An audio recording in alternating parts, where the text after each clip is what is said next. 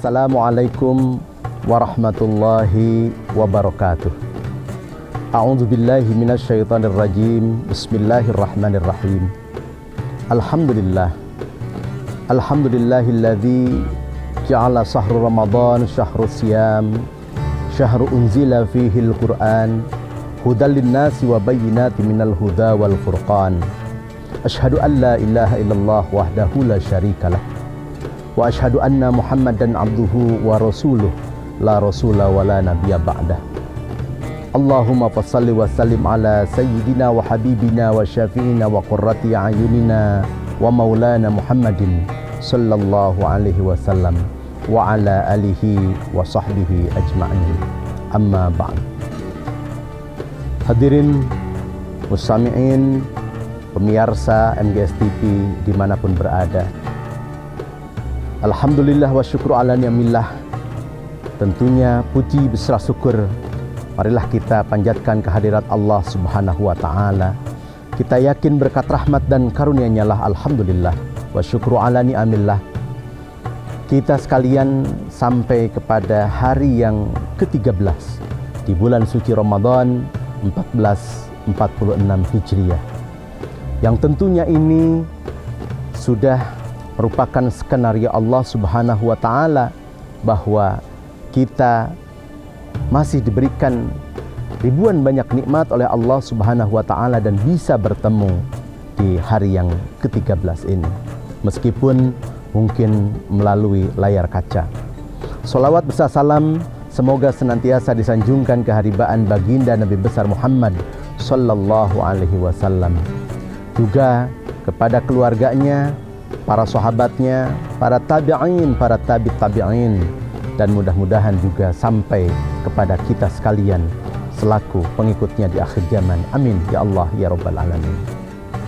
Mustami'in, ikhwatul iman rahimakumullah, izinkan pada kesempatan yang penuh barakah ini saya menyampaikan mau'idhah hasanah dengan tema membaca Al-Quran di waktu yang tepat atau waktu-waktu yang dianjurkan untuk membaca Al-Quran.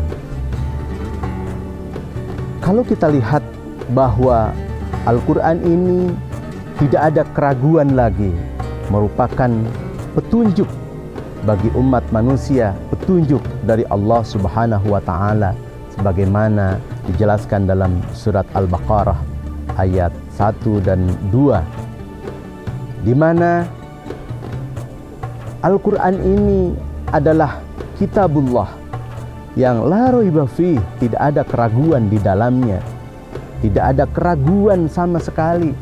Al-Quran merupakan petunjuk bagi orang-orang yang bertakwa. Kita semua tahu bahwa tujuan daripada disyariatkannya puasa di bulan Ramadan itu diantaranya adalah agar kita mampu meningkatkan keimanan dan ketakwaan kepada Allah Subhanahu wa taala. Maka tidak ada lagi pedoman yang tepat yang harus dijadikan rujukan oleh kita sekalian sebagai petunjuk agar kita bisa melaksanakan segala perintah Allah dan menjauhi segala larangannya dengan pengertian takwa, yaitu dengan mengacu kepada Al-Quran. Maka oleh karena itu tentunya kita harus berupaya untuk bisa membaca Al-Quran, membaca secara harfiah dan membaca secara mendalam juga maknanya tentunya. Lalu pertanyaannya, kapan waktu yang baik untuk kita membaca Al-Quran itu? Sebagian ulama menjelaskan, terutama kalau kita lihat di dalam Adhkarun Nawawi, di situ disebutkan waktu-waktu yang baik untuk membaca Al-Quran. Misalnya di dalam kitab tersebut Imam Nawawi atau Syekh Nawawi menyampaikan waktu-waktu yang dianjurkan kita membaca Al-Quran. Ada dibagi dua secara global waktu yang baik untuk kita membaca Al-Quran. Mustami'in, ikhwatul iman rahimakumullah, waktu yang baik untuk membaca Al-Quran yang pertama adalah di dalam sholat. Kemudian yang kedua, di luar sholat. Ketika di dalam sholat, tentunya karena sholat ini juga merupakan bagian dari upaya kita bertemu dengan Allah Subhanahu wa Ta'ala, atau waktu kita bertemu dengan Allah Subhanahu wa Ta'ala, maka kalamullah patut dibaca di dalamnya. Maka kalau kita lihat di antara rukun daripada sholat, misalnya membaca suratul Fatihah yang merupakan bagian dari Al-Quran, bahkan itu merupakan Ummul Quran atau induknya Al-Quran ya. Maka Fatihah merupakan salah satu surat yang memang harus dibaca di dalam sholat. Bahkan sholat tidak sah dengan kita tidak membaca suratul Fatihah. Maka dengan demikian, sholat adalah waktu yang tepat bagi kita untuk membaca Al-Quran. Kemudian selain suratul Fatihah, kita juga di dalam setiap rakaat, misalnya setelah membaca Ummul Quran atau Ummul Kitab atau suratul Fatihah atau As-Sab'ul Masani, sering orang menyebutnya demikian, maka kita juga dianjurkan untuk membaca surat-surat pendek misalnya, atau ayat-ayat lain yang merupakan bagian daripada sholat. Ketika kita misalnya sholat merupakan bagian daripada ayat-ayat Al-Quran yang bisa dibaca di dalam kita melaksanakan sholat. Mustami'in rahimakumullah. Kemudian yang kedua, waktu yang dianjurkan untuk kita membaca Al-Quran, itu diantaranya adalah waktu-waktu, misal waktu antara maghrib dengan isya, kemudian itu jika malam. Jika siang, misalnya waktu ba'da subuh, itu dijelaskan juga di dalam Adhkarun Nawawi bahwa itu adalah waktu-waktu tepat untuk kita membaca Al-Quran. Selain antara maghrib dan isya, maka ada waktu lain yang juga dianjurkan untuk kita membaca Al-Quran, yaitu waktu di malam hari, yaitu ketika kita misalnya selesai melaksanakan ibadah sholat tahajud. Itu juga waktu yang baik bagi kita untuk membaca Al-Quran. Meskipun kalau kita lihat secara global, setiap waktu, setiap saat, tentunya kita akan baik jika ada kesempatan kita terus membaca Al-Quran, karena membaca Al-Quran juga bagian dari zikrullah. Kita mengingat Allah tentunya dengan cara membaca Al-Quran. Maka jika kita punya kesempatan, sebaiknya di dalam setiap kesempatan kita senantiasa zikir kepada Allah Subhanahu wa Ta'ala, yang diantaranya adalah membaca Al-Quran. Mungkin dengan surat-surat pendek, mungkin juga dengan bagian-bagian yang ada merupakan doa misalnya. Karena sholat itu sendiri misalnya diartikan, sholat menurut bahasa atau sholat logotan juga bisa diartikan sebagai doa. Maka bagian-bagian dari ayat-ayat suci Al-Quran atau kalamullah itu sendiri bisa kita baca itu sebagai doa. Mustami'in, para pemirsa MGS TV dimanapun berada, doa itu merupakan sumsumnya ibadah. Penjelasan keterangan dari berbagai ulama misalnya menyebutkan ad-doa muhul ibadah, bahwa doa itu adalah sumsumnya ibadah. Jadi kalau kita ingin ibadah kita ini kuat, maka tentunya kita harus memperbanyak doa kepada Allah Subhanahu wa Ta'ala. Nah, di antara doa, bentuk doa itu adalah ayat-ayat suci Al-Quran. Jadi ketika kita berdoa, bacalah ayat-ayat suci Al-Quran. Maka ketika itu juga, selain tadi disebutkan bahwa doa sebagai sumsumnya ibadah, ditambah bahwa doanya menggunakan ayat-ayat suci Al-Quran, maka kita yakini apa yang kita minta, apa yang kita mohon dengan doa kepada Allah Subhanahu wa Ta'ala, tentunya akan lebih cepat dikabul oleh Allah Subhanahu wa Ta'ala.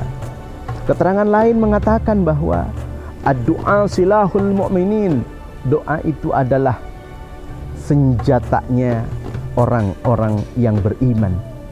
Maka ketika kita memerlukan sesuatu, kita ingin menggapainya, maka gunakan alatnya. Apa alatnya? Yaitu senjatanya kita, yaitu dengan doa. Maka janji Allah, ud'uni astajib lakum. Berdoalah kamu sekalian, maka aku akan mengkabulkannya, akan mengijabahkannya.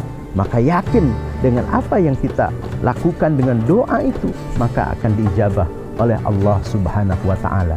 Jadi membaca Al-Quran itu juga bisa dilakukan ketika kita berdoa kepada Allah Subhanahu wa Ta'ala. Hadirin mustami'in rahimakumullah. Maka oleh karena itu saya mengajak kepada diri saya dan juga kepada seluruh mustami'in ikhwatul iman dimanapun berada. Mari kita senantiasa gemar membaca Al-Quran, karena Al-Quran itu akan hadir bagi kita kelak di akhirat, ya.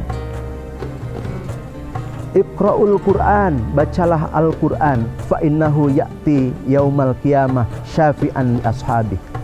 Bacalah Al-Quran, kata Rasul, karena dengan membaca Al-Quran, Al-Quran itu akan hadir, Al-Quran itu akan datang kelak di yaumal qiyamah, memberikan syafaat kepada kita sekalian, memberikan syafaat bagi orang yang gemar membacanya. Maka kalau kita hari ini mungkin memiliki Al-Quran di rumah, jangan sampai Al-Quran hanya dibaca di bulan suci Ramadan saja lagi, tapi Al-Quran itu diupayakan kita dibaca terus di rumah, agar rumah kita menjadi baiti jannati, menjadi rumah kita itu seperti surga, karena di dalamnya dipenuhi dengan barokah bacaan Al-Quran. Hadirin mustami'in rahimakumullah.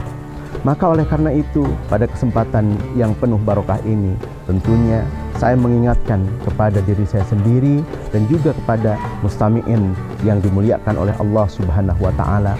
Mari kita upayakan dalam setiap kehidupan kita, dalam setiap keadaan kita berupaya untuk terus membaca Al-Quran. Apakah langsung membaca Al-Quran, ya, mushafnya, atau dengan cara kita berdoa menggunakan ayat-ayat yang ada di dalam Al-Quran.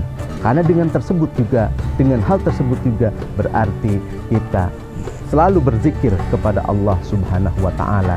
Maka dengan demikian juga berarti sumsum daripada ibadah kita itu akan semakin kuat. Bayangkan kalau diri kita ini yang terdiri dari ada daging, ada kulit, ada darah, ada tulang. Kalau tanpa sumsum, mungkin tulang kita akan keropos, dan mungkin kita tidak akan bisa duduk tegak seperti ini, atau berdiri, atau bahkan berjalan. Itu tidak mungkin tanpa ada sumsum yang ada di dalam diri kita. Begitupun dalam ibadah. Jadi ibadah harus ada sumsumnya, yaitu apa? Yaitu doa. Maka doa dengan menggunakan ayat-ayat suci Al-Quran itu akan lebih cepat, akan lebih diijabah oleh Allah Subhanahu wa Ta'ala. Hadirin mustami'in rahimakumullah. Kiranya itu yang bisa saya sampaikan pada kesempatan kali ini, karena memang begitu cepatnya waktu dari detik ke menit, ke jam, bahkan ke hari. Hari ini saja kita tak terasa.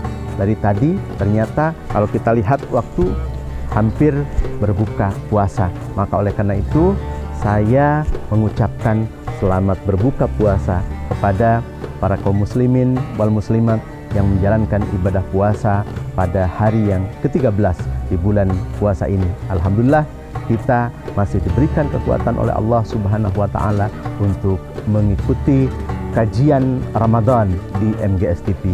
Mudah-mudahan kita doakan MGS TV juga semakin berkah, MGS TV semakin maju, MGS TV juga semakin terasa manfaatnya di tengah-tengah masyarakat. Amin ya Allah ya Rabbal Alamin.